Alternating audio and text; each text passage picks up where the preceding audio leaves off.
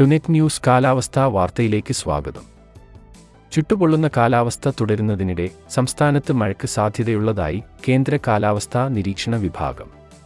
മധ്യ തെക്കൻ കേരളത്തിലാണ് നിലവിൽ ഉയർന്ന ചൂട് അനുഭവപ്പെടുന്നത്. പലയിടത്തും താപനില 38 ഡിഗ്രി വരെ എത്തുന്നുണ്ട്.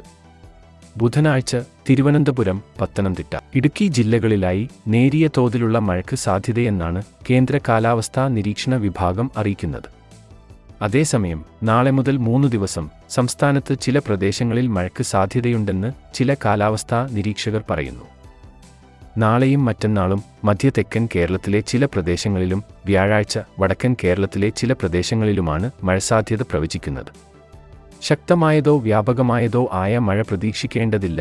ചുരുക്കം ചില സ്ഥലങ്ങളിൽ നേരിയ മഴ മാത്രമേ പ്രതീക്ഷിക്കേണ്ടതുള്ളൂ.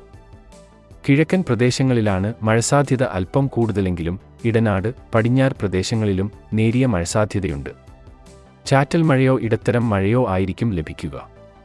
ഈ മാസം അവസാനത്തോടെ വീണ്ടും മഴയ്ക്ക് സാധ്യതയുള്ളതായി നിലവിൽ നേരിയ സൂചനയുണ്ട്. കൂടുതൽ വിവരങ്ങൾ അടുത്ത ദിവസങ്ങളിൽ ലഭ്യമാകും. കാലാവസ്ഥാ വാർത്തകൾ കൃത്യമായി ലഭിക്കാൻ ചാനൽ സബ്സ്ക്രൈബ് ചെയ്യുക. നന്ദി.